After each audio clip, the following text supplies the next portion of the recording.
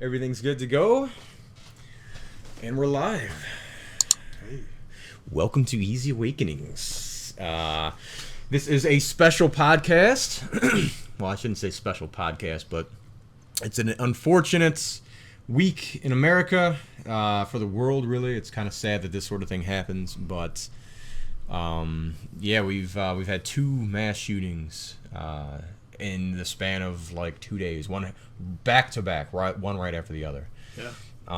Like 13 hours apart. 13 hours apart, and then prior to that, it was like 1 week ago, we had that garlic shooting over in California. Yeah. Garlic Festival shooting. Yeah. That is something. 18 mass shootings so far this year. Man, that's nuts. It's interesting. You know what's 18. weird about it is grabbing my water, folks. Sure. Yeah, this is a podcast I didn't want to do. Yeah. Why so? Let me get that. Oh, because, then something happened, right? So this wouldn't happen. We wouldn't be doing this type of podcast. I get what you mean. I get what you mean. Yeah, so you're saying it's sad to do it. Yeah. It is personally for me, yeah. Oh, yeah. No, it's tough. I didn't even hear about it. I was at the restaurant yesterday. Yeah. With my girlfriend or her mom and, friend, and just sitting there ready to order. And I just see the TV right in the corner, and I just see that big line, at the bottom, and it's just like, just sent me kind of reeling, like I felt, I don't know, it really hit me deep, and it was really difficult to enjoy myself. Oh, okay. Yeah, very difficult. But. Yeah. What'd you feel?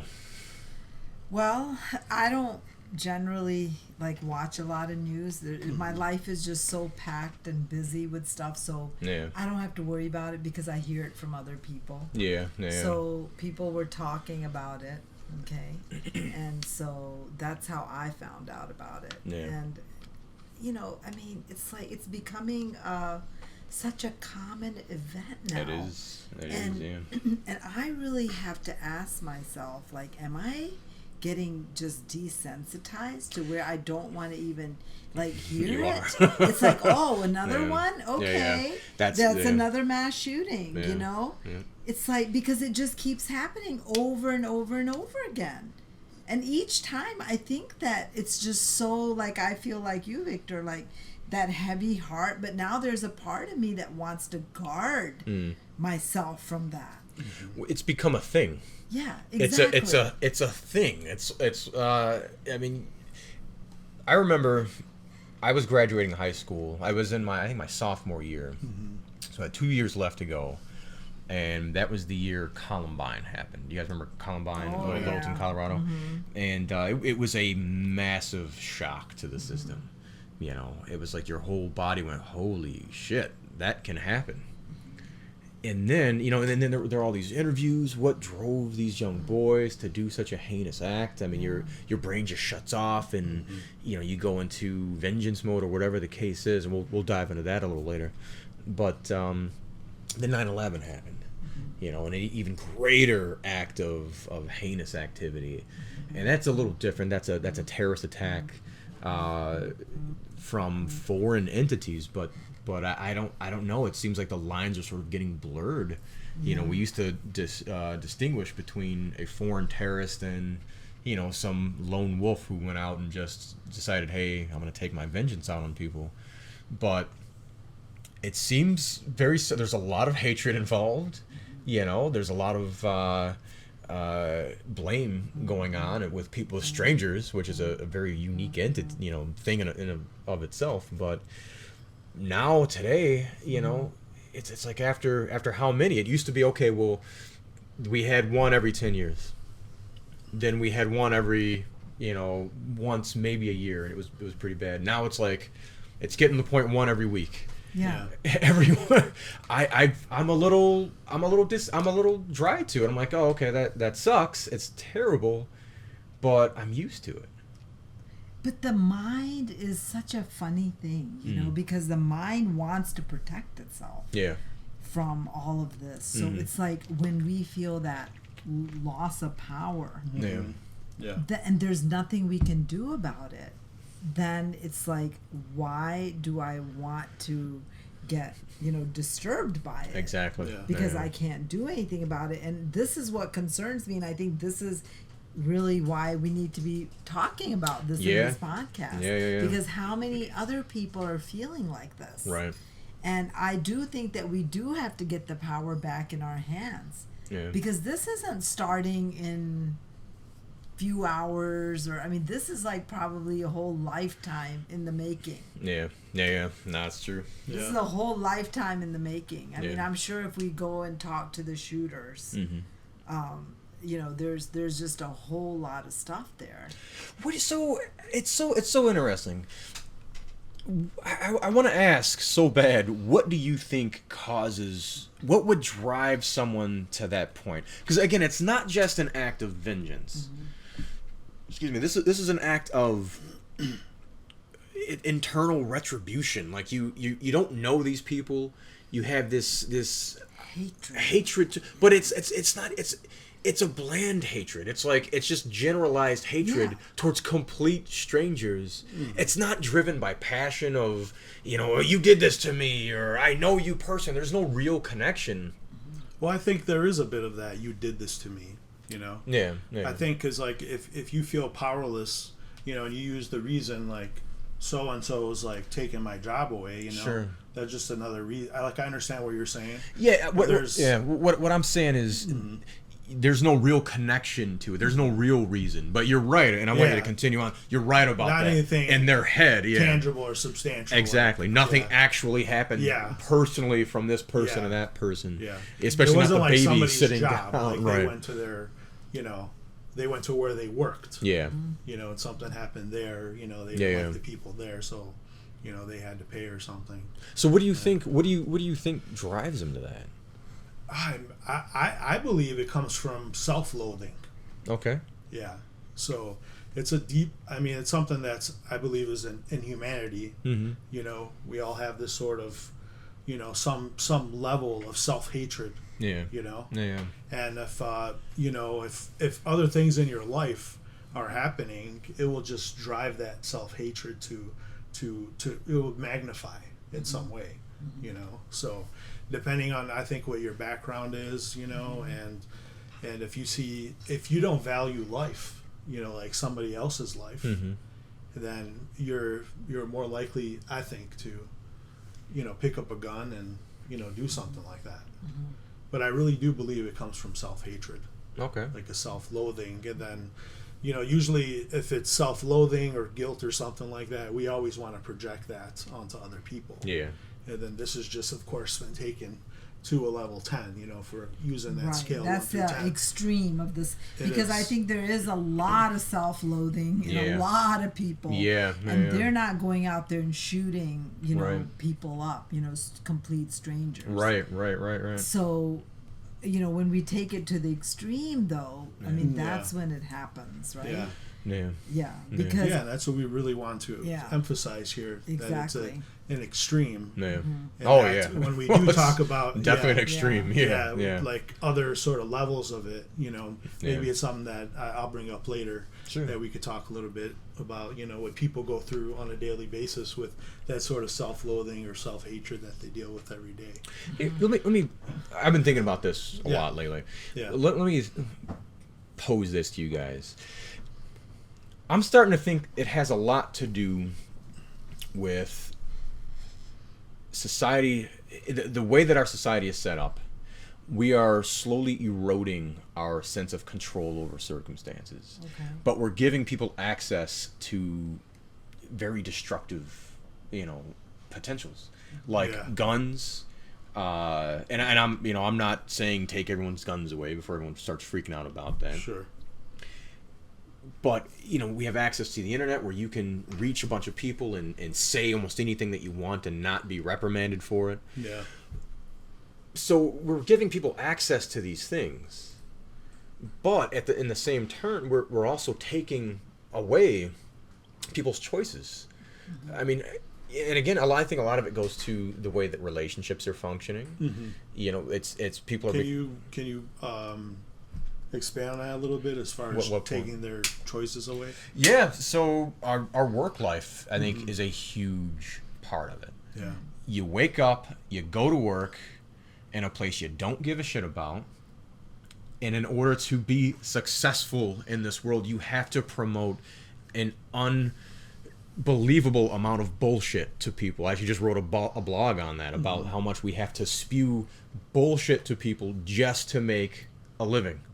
I mean, think about it. You go to work and it's like, okay, well, if I'm honest, if I'm truthful, you know, if I tell the boss that what we're doing is bullshit, or that this product doesn't work, or that, you know, this isn't the way to do it, there's no morality here, or whatever the case may be, you have to worry about your job. Yeah. You know, if you have an opinion about something, you can't express it because someone might find out about it and they may take your livelihood away. Yeah.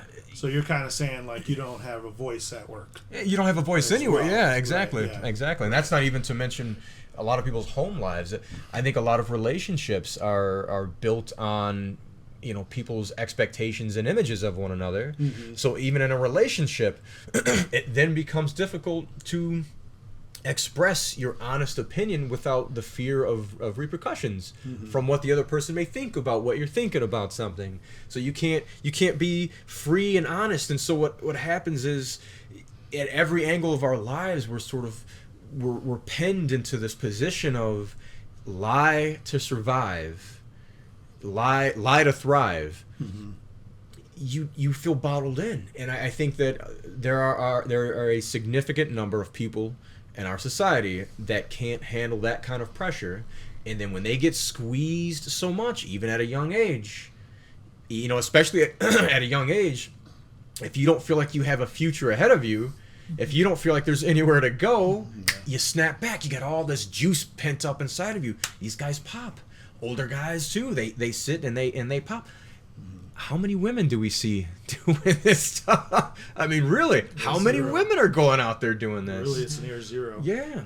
So there's something ingrained, and as a man who, you know, I have the juice inside of me. I am a go-getter. I like to go out, and if I feel trapped, if I feel pent up, you know, there's an explosive part of me. Now, I would not go out and take that course of action, of course, but I can see that. I can see where if you're bottled in that much, if you don't see a future, if your future is a life of bullshit, that can drive people crazy. It is driving people And it is crazy. exactly. It's not a matter of can. It is right now. So what do you guys think of that? What do you think of Yeah. that? Yeah. Well, I mean, I think you make some really valid points, and you use the word, you know, thrive and lying, and I don't feel like anybody that lies is really thriving. So I think basically they're trying to survive, and there's a big distinction between survive and thrive. Yeah. So if a person feels like they need to lie, they can't thrive. Yeah. It's just impossible. Thriving is its own thing, and we have to ask ourselves, Marquise, right? When you agree, and Victor, you know, it's like, are we really thriving in today's world? I mean, are we really thriving? Very good question. You know, I mean, we're lying to ourselves. We're lying to other people sometimes. Yeah. You know, going into work, even if somebody says, "How are you?" and you're not even feeling good, and you say, "Oh, I'm good." You know, it's like constant. Yeah. So, I mean, what is all of this? What is this life that we're living that is so removed from our authentic selves? You know, and this person who went to the extreme is just, there will always be, I mean, it's a fact now. Yeah. For the last, you know, how many years, mass shootings have continued to grow and grow and grow more and more. Yeah. Yeah. And so what are we doing about it? And I think, you know, of course I am so deeply saddened by the whole thing. But then there's another part of me that is like, this is going to go on because you know, it just continues to escalate. Yeah. So what can we do? How can we each empower ourselves to make a difference? Not only us, but the audience, the viewing audience. You know, we really have to take responsibility, each and every one of us, for this. For everyone that we touch. for Yeah. everyone that we touch. Yeah, you know, a lot of the results that we're getting now, I think, are related to there's really an attitude that's increasing of I'm gonna get mine, I'm gonna get mine. Forget about the other people. Forget about you. Even just communicating with people. So I think you really touch on something. Reaching out to people that you do, you know, without overextending yourself, but reaching out to people that are in your influence, especially these young guys, man. Let them know that they've got other options. It's okay to be yourself, Exactly. and to discover and to make some mistakes. It's okay, and you got to learn from it. Yes. Yes. I mean, that has a lot to do with it. We deal with how many people. We were talking about Vic, someone that you know that you are relatively close to. You know, you were telling me a story. I won't mention any details about it, but you were telling me a story about them and how, you know, you can kind of see that they're repressed. And that they're sort of isolated. Not just other people are isolating them, but they're isolating themselves in their minds. I think that's and it's you know, it's a young male. You know, I've got that in my family. I see that. I've got that in friends that I know, where you just see these young boys being isolated. They isolate themselves. They don't feel like they can express and be who they are. You know, and I think there's like, you probably had this a bit more in the old days, where you had all these notions of machoism, where you had to be a man. If you didn't do this, you weren't a man. And I'm curious about how much of that is really in high schools today. So if anyone's listening that's in high school, young boys, I want to hear your opinions. What's it like in high school today being a young guy? Yeah. From any background, whether you're gay, straight, black, white, Latino, Native American, whatever the case is, I want to hear about that. Well, I have a nephew who's, you know, in high school, and I was speaking with him. Yeah.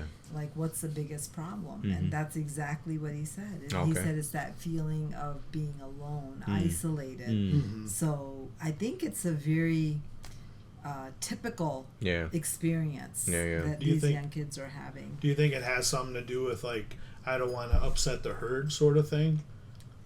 It's like kind of going with I don't what know. they feel. You know, it's like a wave, you know, of whatever's happening. So they have pressure to kind of like be in that wave, like, you know what I mean? To kind of be like everyone else, do what everyone else is doing, for fear of, because that's how, and I was going to talk about this, is control. Yeah. You know, lack of control often leads to extreme behavior. Right. We've talked about it lots of times. Yeah. You know, we've done a whole podcast right in the car about control, you know. And that's that wasn't released just yet. Well, we did release that. We did that one. We did two. The second one wasn't released yet. We keep going. But it's interesting how that comes up so much, I think, on an everyday basis, you know. Whether it's like, you know, you have a wonderful house and you're trying to control that it stays clean and it's insured and all this sort of stuff, or you know, it's like lack of voice. What is that? Yeah, it's some sort of lack of control. Right. So if you don't feel if you feel that lack of control, then that's when you're going to isolate yourself. Yeah. And I believe that there's so much like social phobia these days, it seems, you know, and I'm not trying to like blame technology or just the internet at all. Sure. I'm not trying to blame that at all, like being the sole responsibility for that. It's only enabling this sort of thing. And everyone, not everyone, but like I'll go on Instagram and I see these memes about like, I've been around people too long, I have to, you know, kind of retreat, you know, for a little while. Yeah. You know, that sort of thing. You know, maybe that's a little bit of more mild thing. But, you know, like you brought up... It could be a symptom, you know? Yeah, exactly, you know. But I feel like people don't want... Like, I don't know. Like, are we getting too sensitive in a way where, like, you hear something and it's like it goes in so deeply that you want to withdraw completely, you know, from whatever the environment is, whether it's at school or at work or just like general society, general population. I was having a discussion with my mom yesterday about this, and we were talking about, you know, Disney. They removed a scene from Toy Story 2, where the villain of the scene, the prospector, he's, you know, this sort of he's trying to get one of the main characters to stay inside of his cage or whatever. But anyways, he's the villain of the story, and at the very end they do sort of this joking like behind the scenes thing where the prospector is talking to one of the Barbie dolls, and he's like, hey, I've got the hookup on this nice penthouse and you can come out and and see it, and it was sort of Me Too-ish, right? Gotcha. And so it's funny, like it's comedic, but Disney, out of fear for repercussions in this Me Too era, and the Me Too movement has plenty of legitimacy. It's definitely a needed movement. Yeah. But I think that when we're so worried about everything that we say, when we're so sensitive to things, when we identify so much with everyone's words and with with everything that we see on television and everything else in our lives, when we're so embedded in our identity, we become really sensitive to things that hurt our identity. And instead of being able to let some things go, to take things as they are, perhaps in a joking manner, if something's just clearly not intended to be this or that, or we retract, we start to take it personally, because if we do a study on the identity, it actually wants the pain. It legitimizes the identity. It makes it stronger. So I think that's kind of, it goes into what you're talking about. People want that, in a way. Subconsciously, we tend to crave that. Want the pain is what you're saying? We want the harassment, so to speak. We want the ability to say, I'm offended. Yeah. That strengthens the identity of they're attacking who I am. Yeah, and it gives you some kind of faux control too. It does. It's right? sort of, it puts when you, you're righteous. Yeah. When you feel like you're right about something. Yeah. That's how you could sort of exert some sort of control. Exactly. Yeah. Exactly. Raj, what do you think about that? Yeah, I mean, see, the way I'm looking at the whole thing is that I think that there have been problems throughout humanity. Yeah, that's something to keep in mind. Okay, Yeah. and I think every generation says this is the worst. Yeah.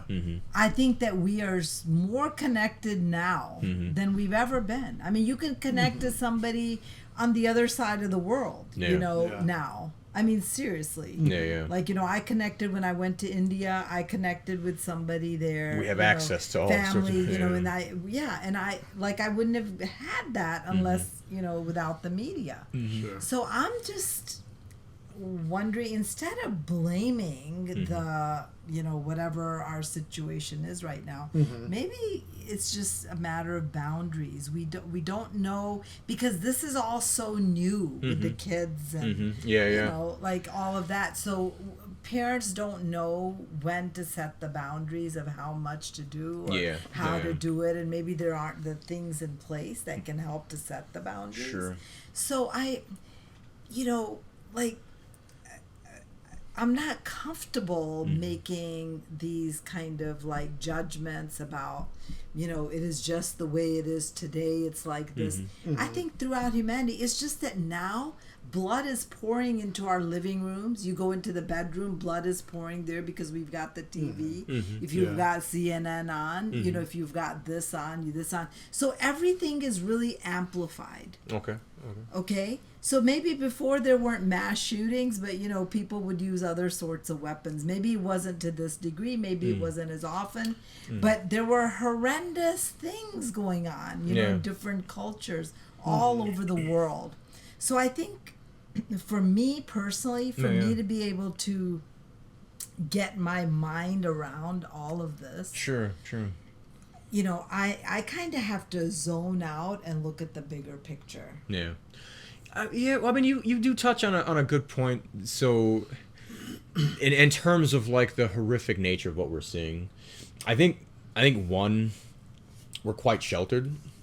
So when a mass shooting happens here in America, it used to be a shock anyways, but it's still sort of, it doesn't fit in with what we do. But if you go to Iraq, it's the weapons that are available and people can do it. And somebody could use their car.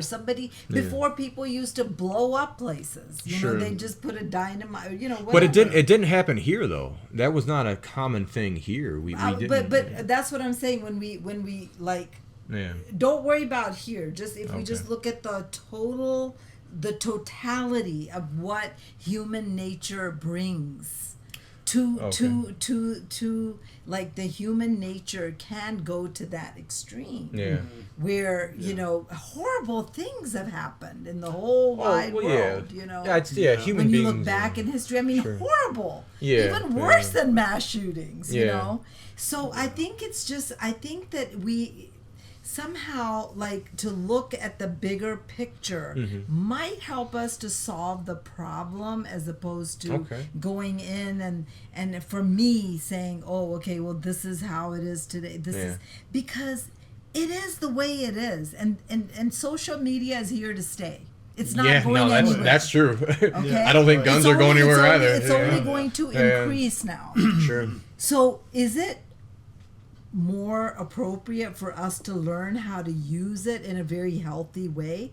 Because Yeah. right now I feel more connected to the world than I ever have. Yeah. Because yeah. I can go out there and I can reach out to somebody. Yeah, Mm-hmm. let's meet for coffee. Or I can just really go into my own little place and just be on the social media Yeah. and be isolated. So do you agree? Do you think people are increasingly sensitive to things these days? People, I think people will always be sensitive. Okay.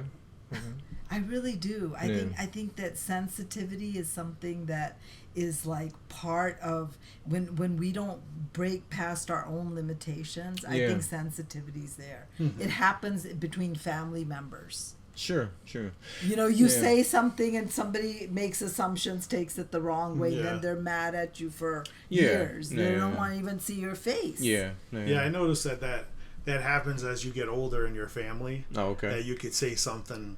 I don't. It must be something like as you get older, maybe when you have your own family, or you live far apart. Yeah. There's that separation, right? Yeah. So there's not only a physical separation that turns into a mental separation. So like the feeling side starts to dissipate, and then it's easier to like write somebody off after they've said something. And I found that happens more. So you're saying you get in desensitized as you get older? Yeah. Okay. Yeah. To that sort of thing. Well, I think yeah. it's your life experience. You're prepared for it in a way. Yeah, So I yeah. suppose. Yeah. But they're still behaving though on the level of a child. Man. You see what I'm saying? Oh, well, of course. Yeah. They've gotten older. Sure. So if you haven't reached some sort of age, emotional intelligence age, as you're getting older, Yeah. It gets really Yeah. bad. It gets do something. really bad. Do something. Take it from me, okay?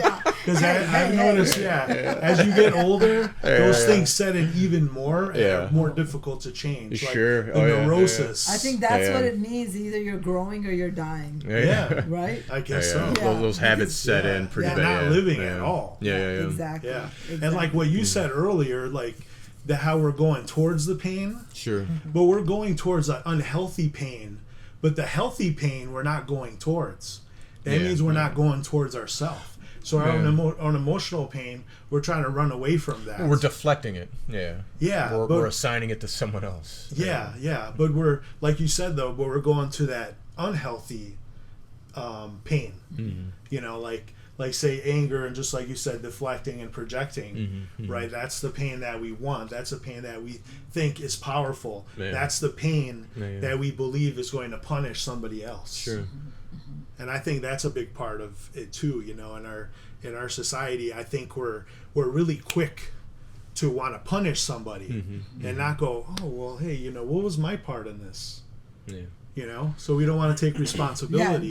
We're always looking at outside ourselves. Yes. Oh, okay. Yeah. We have to take responsibility at a personal level. Yeah. And you know what? And it's not bad to be sensitive.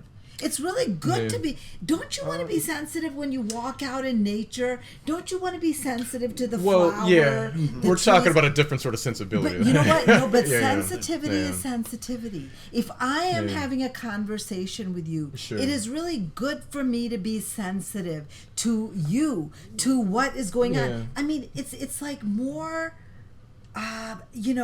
You have more of a subtle connection with Yeah. people, with things. you know, it's not just like a very like subjective kind of, you know, this, oh, now Yeah. I'm offended. Now you Yeah, said so that's a something. different sort of sensitivity than we were talking about. Yeah. So, but you're right about that. I think that kind of plays into that feeling of macho, the machismo. You know, like Yeah. I'm a man. I can't be sensitive to these kinds of things, and so a lot of people maybe block that part of themselves off, and it's very important to be in touch with that. Yeah, I mean, some Yeah. of the greatest poets, Rabindranath Tagore, Oh, some of- yeah, they yeah. cry when they see a flower. That's Right. how sensitive they are. Right. Yeah. Okay, Yeah. they cry when you know, when they're dealing with somebody else. Sure. They because they're so sensitive, they're so connected. Well, yeah. So yeah, yeah. so you know, we definitely don't want like these total like robots walking around Yeah. that, you know, just don't care about, you know, other people, you don't care about yourself either, you know, you're just kind of like, because Well, the sort of sensitivity that I was at least speaking about was it's people's eagerness to be offended. So maybe sensitivity might not be the best word for that, Yeah. but people's this ties to that notion of over identifying with things. yeah, Because the it's over identity. yeah, it's not about. There's nothing wrong with empathizing with people's plight, or to say oh man, what you said was screwed up. That don't do that. That's not right, or this and that. Yeah. But when people take it so personally, that's the sort of sensitivity that I'm talking about. So when I guess let me change to the sensitivity that people are identified way too much with their positions and their Yeah. ideologies. Yeah. That's the sort of thing that I'm referring The to. unhealthy kind Exactly. of. Yeah. Because I actually think that Identification. the sort of sensitivity that you're talking about is very healthy for people. Oh. I think if a lot of these people that end up going to these mass shootings, if they were more in touch with that, if they were more sensitive to who they are and what they're going through, Yeah. they would probably be less inclined to go out and just slaughter. I mean, think about they're slaughtering children, little babies are getting. What did this baby do to you? They clearly have zero connection Yeah, to but whatever. that's yeah. what disconnection looks like. Exactly, It's like very exactly. robotics, you know, Exactly, mindset. exactly. Yeah. You're not sitting there thinking about Yeah. babies, and you're not sitting there thinking about pain and other Yeah. people. So you know? I think it's good. I'm actually glad that you clarified that, because, or that we clarified that through the conversation, because that ends up becoming a political talking point for a lot of people. Like one side, typically on a Republican side, they say, well, liberals are too sensitive. And on the liberal side, they say, well, Republicans are too stonewalled. And I think, all in all, I think that the talking points, when you leave it at that bland state of, you're just using the word sensitivity without clarifying it, without diving into what people are actually talking Yeah. about. I think people tend to, they tend to misunderstand what's really going on. They don't see what the other side is talking about. And a lot of these killings are politically motivated, or they're at least backed by these political ideologies. So I think it's important for us to understand ourselves, like, what are we really talking about when we're saying, oh, this side is too sensitive, or they're too blocked off. Because at the end of the day, no matter what side you belong to, we all have the same sort of emotions. And that also goes to like how we treat life, like we're so much like surface level in life, and how we go through day to day, instead of like taking a little time and researching things. I'll just go off of your opinion. Yeah. That's it, that's all I need. Yeah. This person that I hold in high regard says this. Oh, well, that's all I need. Yeah. Right. I am. Yeah. Go a little, go into it a little bit. Yeah. Don't take that person's word. Yeah. At least go 2-3 other people. Especially when you're preparing to go kill other people. Yeah. That's definitely, yeah. I mean, Yeah. the whole. I think the problem is that Try not to hit that, by the way. the inclusion. Your knee. We are becoming exclusive human beings. Yeah. We are very maybe more self-absorbed, Yeah. and we don't include a lot. Before, like I know in India, people used to live in joint families. Yeah. 200 people will live in one big house. Ooh, that's good. Because the uncles, the aunts, the grandparents, Yeah. the parents. It was like it was like, yeah, you didn't have to depend on just your parents. I mean, you know, if you were mad at your parents, you could go to your uncle and aunt and Right, stuff. right, But right. then slowly that changed. Yeah. Okay, people are like, we just want to focus on just the parents, the nuclear family. Yeah. Okay, then that became small.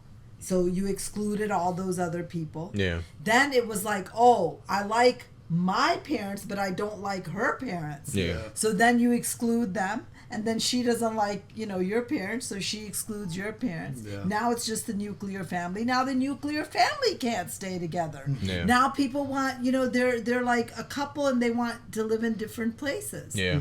So you see, slowly we're excluding. But if you look at somebody from the point of view of inclusion, like you and I are one. I have feelings, you have feelings. Yeah, yeah. You know, you get hurt, I get pain is the same Sure. everywhere. And we include nature, we include people as part of ourselves. We never have to worry about this. Never. But the more it's us versus them. Yeah. Yeah. Us versus them, it's in exclusion. And that's when things go wrong. Yeah. That's interesting. I mean, you just look at a divorced couple. It's me against her or her Sure. against him, you know? Yeah. And the kids get split right down the middle. So That's a kind of exclusion that we have going on. So why do you think this is happening more in today? Yeah, because it's there is, and I know, you know, earlier you mentioned that you know, from a broader perspective, it's, you know, human being, and it's true. Like even in American history, like if you go back to the 1920s, you know, black folks were getting lynched. You know, and there was a lot of anger directed towards them unnecessarily. Like, what did these folks do to you? What causes all of this anger? But I do think there is a place for the study of, you know, the change in society, because back, you know, 20 years ago, school shootings alone were unprecedented. You just didn't have these guys, and we had access to guns. It's not like we haven't had access to, you know, assault rifles and things for the past 100 years, you know, or roughly anyways. So it's almost like Columbine happened, then you had a couple others, and that opened the floodgates. It opened the floodgates to people going, this is a viable solution to my anger. Why is this happening now? Not just, of course, with school shootings, but like, again, mass shootings have become a thing.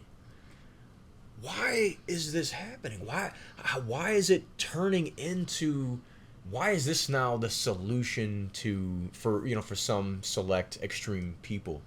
And I think this is, it's probably a fantasy for a lot of other folks, you know, whereas only a select few people act on it and go out and do it.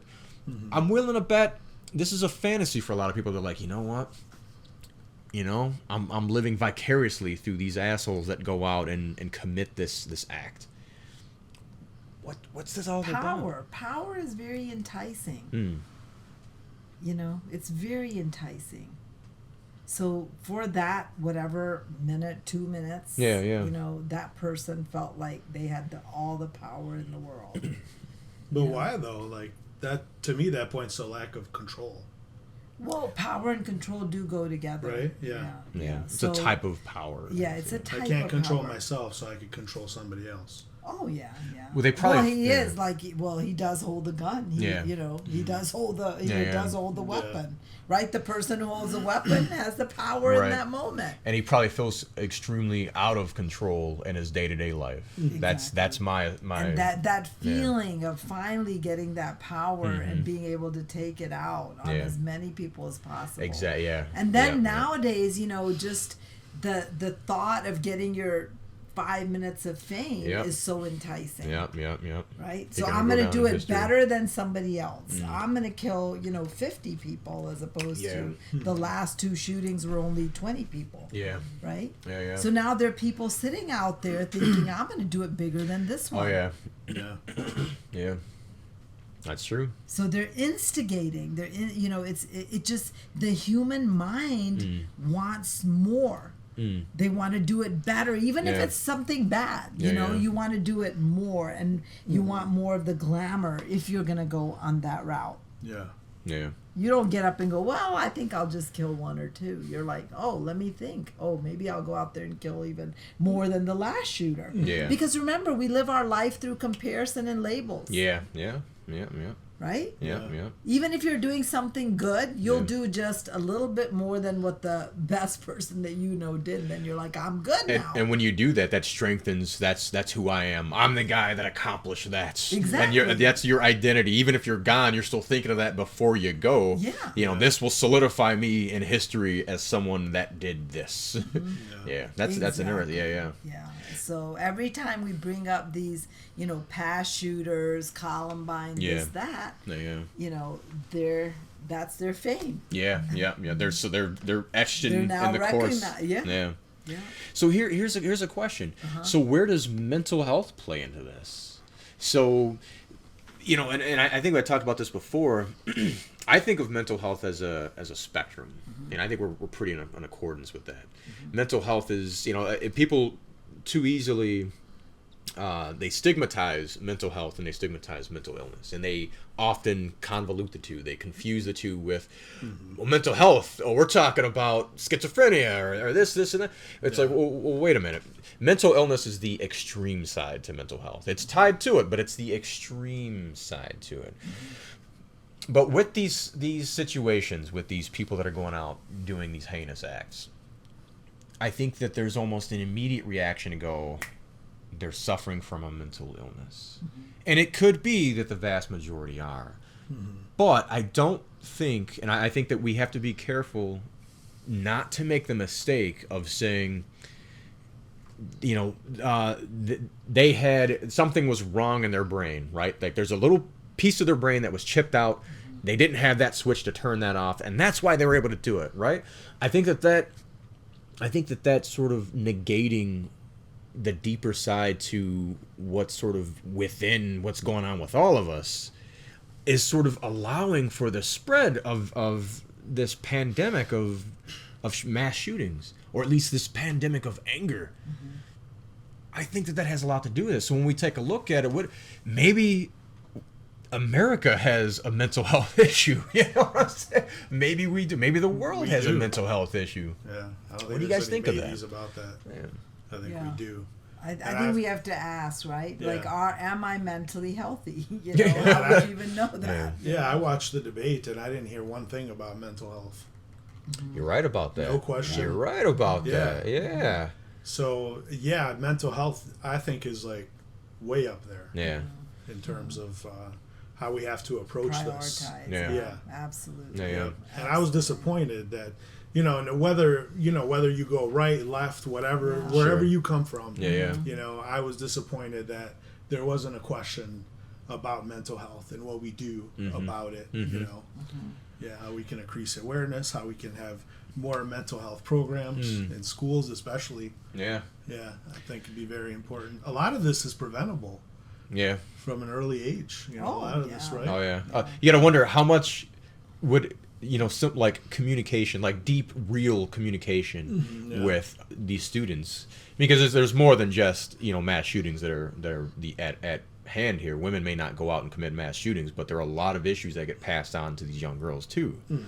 Oh yeah. So you got to wonder how many of these issues that we're having that are proliferating can be solved with extended communication, with extended introspective education, Yeah. with mental health classes or whatever we choose to call them at that point.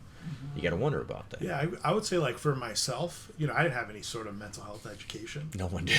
No Right? one did. Yeah, Yeah. you're right about that. So for myself, I would have to say my mental health came from just things that I was passionate about, like from an early age, and that's like the little glimmer of hope and sun that actually Sure. kept me sort of sane. Yeah. Yeah. Because Yeah. it was like, oh, I could do this or I could watch this, and it really gives me joy, inside. Yeah. So finding your joy is Yeah. what did it for you. Whatever Yeah. made you happy. Yeah.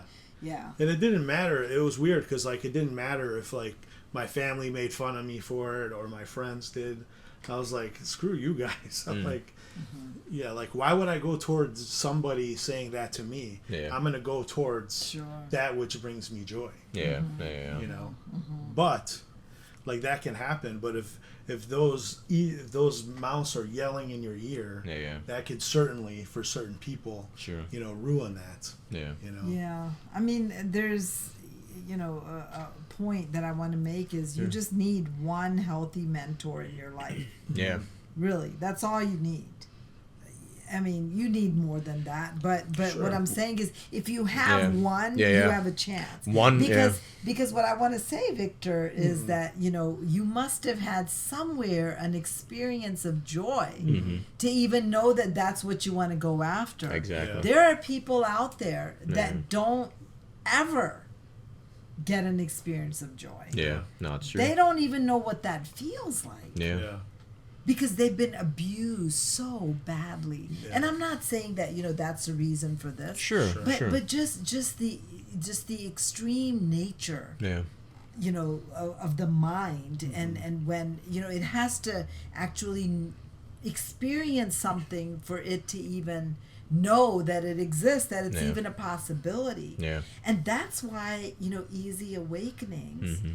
I mean, I love the power of being able to help someone Yeah. have that experience, just to ignite, just to, you know, light that flame. Yeah. And just like, you know, the pilot light is burning. Yeah. You just got to go and hold a torch to it. It can go in either way, especially. The pilot light yeah. can go out. Yeah. Okay. Especially at young ages. Yeah. Yeah. The pilot light has been on since birth. Mhm. It's very easy for the pilot light to go out, and Yeah. then it's not coming back on. Yeah. And then you're going to see the mass shooting. Because what were you talking about? If like this stuff starts, you know, at a young age, and the older you get, the harder it is to change those repetitive thought patterns in right. your head. That's right. And so by the time you're at, you know, it's much harder to reach someone later in their, like, closer to their 30s than it is to reach someone who's in their teens. Well, you know, as you get older, you know, like the placidness and like flexibility and, you know, Mental plasticity. translucence. I don't know that, you know, Yeah. that you had Yeah. as a youngster. Right. You become more dense. Yeah. You know. Oh, yeah. Right? It becomes like concrete. Yeah. Yeah. Yeah. You know, like why? Like how did we three meet? Yeah. Yeah. Like through meditation. Yeah. Right. You know, like Yeah. what does that do? Thank you It for makes you- starting the meditation Yeah. group. Oh, you're welcome. Otherwise, This guy this would not started be it. happening. I He started, started it all. Yes. So you can either Yes, blame finally. him or give him the credit. If you hate this podcast, it's all his Yeah, fault. just that's It's it. his fault. Okay. But it's that like Yeah. doesn't it make you lighter, right? Yeah. Yeah. Yeah, It yeah. makes you more. Malleable. Yeah. Exactly. Well, We with lose that. with that, with it increases focus, but it makes Yeah. you more open to things. It's Yeah. not like you're easily manipulated through the Yeah. act of meditation. Yeah. But yeah. Yeah. So the Yeah. earlier we can catch these sorts of experiences Yeah. and allow people, and that's why we want to provide it free Yeah. Oh yeah. to Exactly. people that Yeah. will never have access, or I Exactly. don't want to say never have, but have a very limited Yeah. possibility of getting access to that. Yeah. We want to be able to provide that Oh yeah. because this is a matter of life and death. That is clearly. It's It a clearly matter is. of life Yeah. and death. Yeah. And Yeah, it starts from each and every one of us, Yeah. each and every one of you. Yeah. Yeah. You know, we just need Yeah. like we need this kind of support. We need Yeah. these kinds of programs. Yeah. And I mean, I don't know what else do we need in the world to push us to do something about it. Yeah. I mean, if you look, historically speaking, doing things like taking away video games, you know, stopping kids from smoking drugs and watching bad movies, doesn't work. it doesn't work at all. What works? What's the difference? Because millions of people play games and watch violent movies. What's the difference? Probably something that happened in the past. It's probably got something to do with the way that they feel. Yes. So what do we need to tackle? The way people feel. We need, and control often pops up in these circumstances. We have to find ways. For one, I think if we focus more on getting people to see that they do have more control in their lives than they already know about. two, finding ways to see that they're much more valuable than they give themselves credit for. When you feel like you're worth nothing, then you're like, well, whatever, fine, I'm worth nothing here. Let me show you how much I'm really worth. Yeah. Show them that they do have much more value in their lives and that their opinions do matter. So finding a way to get people to have their opinions heard, I think, is another crucial step. And all of this stuff can be tackled in those young ages, in these teenage years, in these pre-adolescent years. Yeah. Yeah, and go into it a little bit.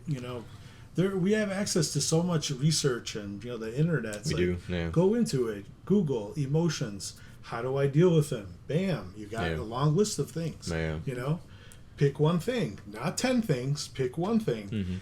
Work on that. Find out how to express in a more calm way, perhaps. But you do have a voice. Yeah. And then we do have access.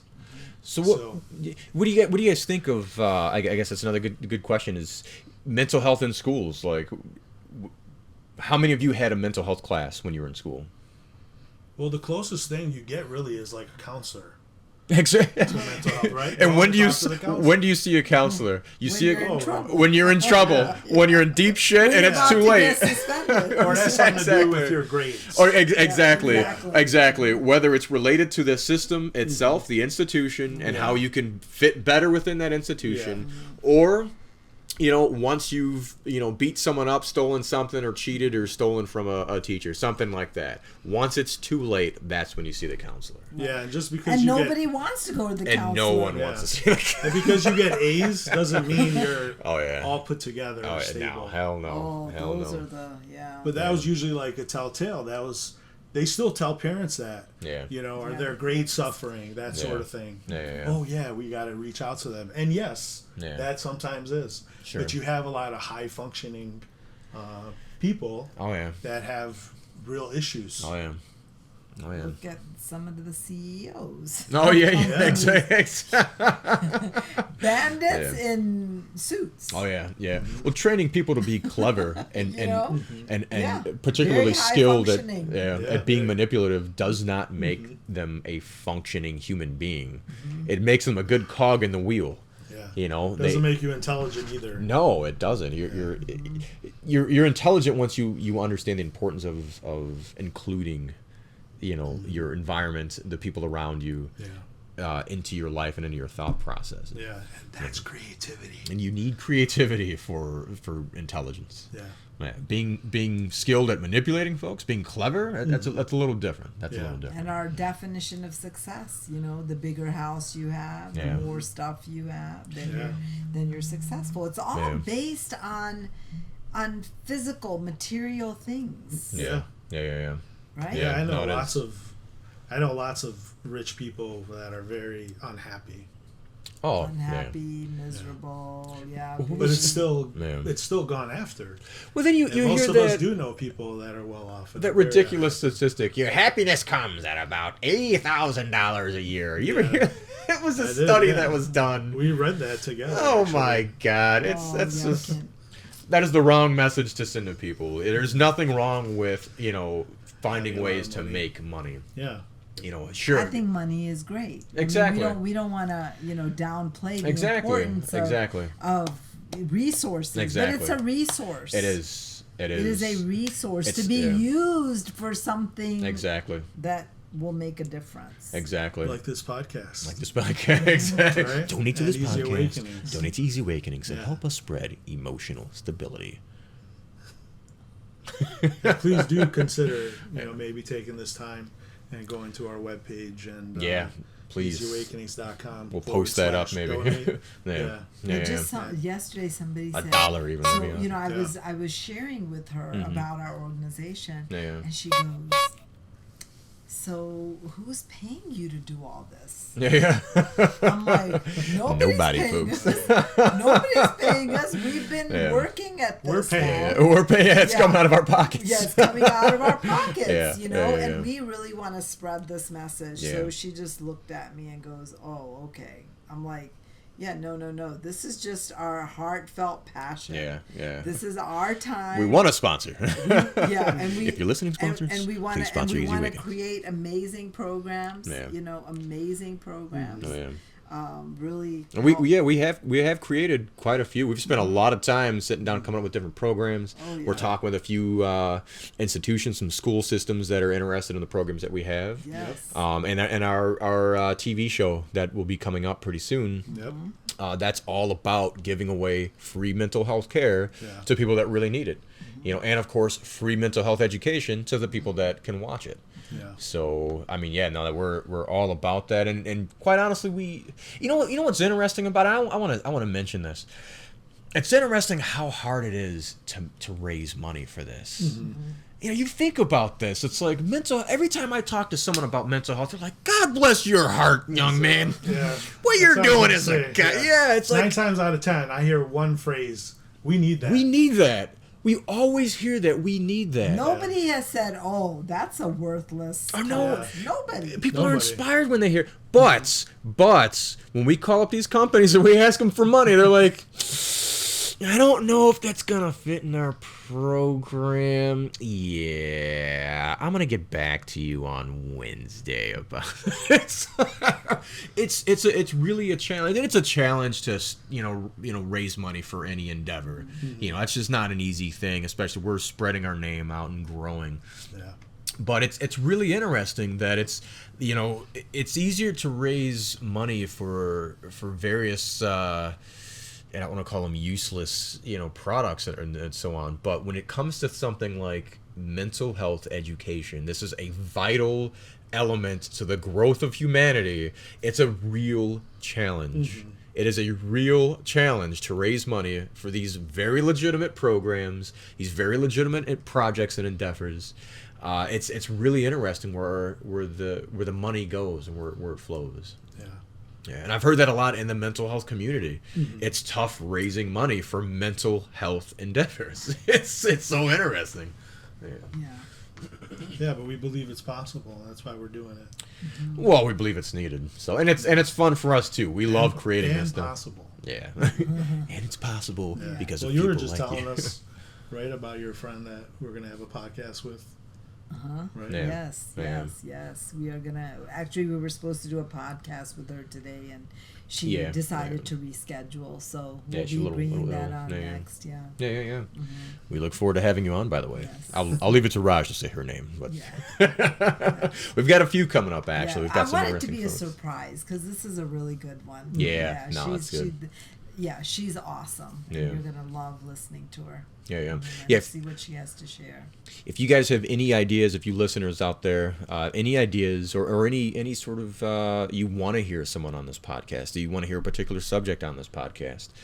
Let us know. Drop us a comment. Write to us. You can just write us at askus@easyawakenings.com. I guess we're about wrapping up, it seems, but check us out. EasyAwakenings.com. You can look up all of our projects. You can look us up to see what we're all about. And please consider donating. Again, $1 is great. We will definitely take $1. Mm-hmm. Check us out there. Check us out on Amazon.com, guys. We're on Amazon streaming platform. That's a huge one for us. Our high production content will be on Amazon. The podcast will always be free and available with the same sort of information on YouTube. We're also on Apple Podcasts. We're on Anchor. We're on Spotify. We're on Google Podcasts. So if you're driving your cars, you want to listen, check us out. If you want to see our pretty faces, watch us on YouTube. Not while you're driving. Not while you're driving. Don't watch us while you're driving. Okay, watch us at home. Listen while driving. While driving. Yeah. All right, guys. Well, good stuff. Thank you for tuning in. Yeah. Thank you. Yeah, we'll see you later.